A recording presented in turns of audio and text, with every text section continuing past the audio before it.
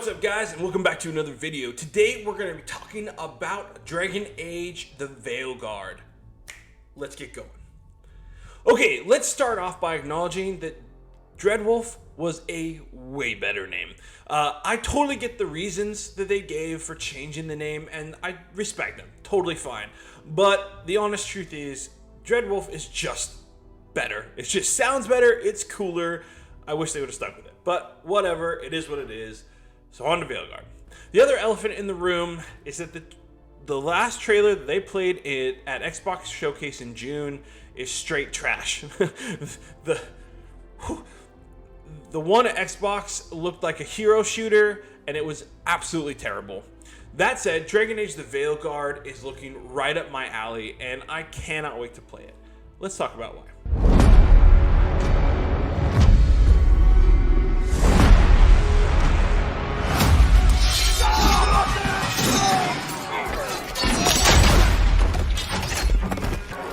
Right.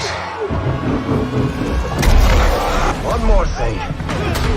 This crew needs a leader. Once you move on past the awful trailers, the 20 minutes of gameplay looked fantastic. Just like the first and third Dragon Age, you get to create your own character. This time, they'll be known as Rook. They do have a class system, and I'll be really interested to see if there's any multi-classing or respec available later on. But even if not, I'm pretty cool with what they got there. RPG elements are everywhere. Though admittedly, it doesn't look like it'll be as deep as the first, but the action combat looks fluid and intricate. Each class having a ranged option as well as the melee option looks awesome. Certain things you need to do to like build up your abilities for each class. They talked about the thief or whatever class having to like dodge back. That's why they're doing it so much in the gameplay, because that builds up their meter. They have parries, perfect dodges, and all of that kind of stuff. It just looks awesome. Then you get those like Mass Effect ability wheel stuff that let you like pick one of yours and those for your party members. They have like combo opportunity with that stuff where, you know, one can lift them up, another can hit them down. You can soak them in water and hit them with electricity, or, you know, stuff like that, which I love. So yeah, I'm all in for that kind of stuff. I'm super excited to kind of make my character, do whatever class I'm going to go for, and then find the ways to meld the party together. I'm pretty stoked for that. I just love that stuff. They also have RPG elements, bringing in that conversation wheel that we kind of know from Mass Effect. Giving your answer will change how people feel about you, how they respond to you in that conversation. It builds your character depth. It kind of builds who your character is in the eyes of those around you. Those conversation wheels also are marked with like social icons that evoke the feeling the response will give. So an angry one, a heart one, that kind of stuff. It's small, but cool.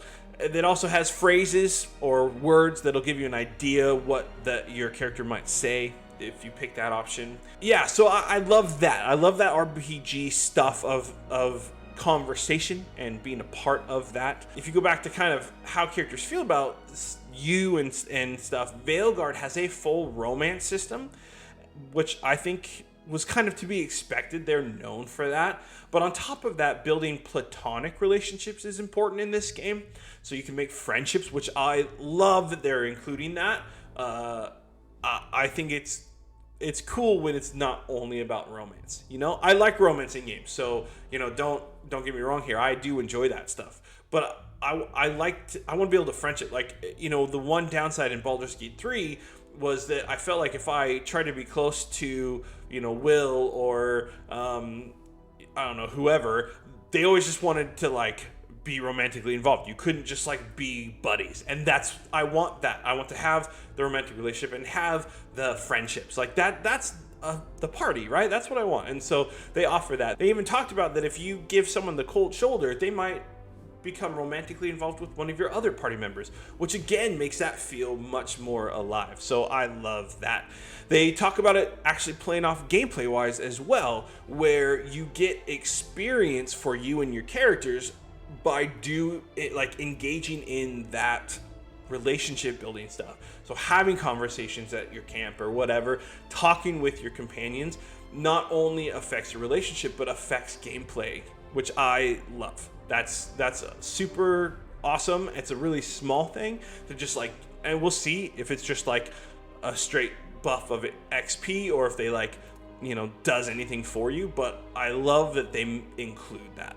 Yeah, so really cool. I'm excited about that stuff. Story-wise, it does connect to the end of Inquisition, so there's some kind of connection to the Inquisitor. So if you have save data, that'll come over. If not, then you get to, I think, pick some options in the beginning.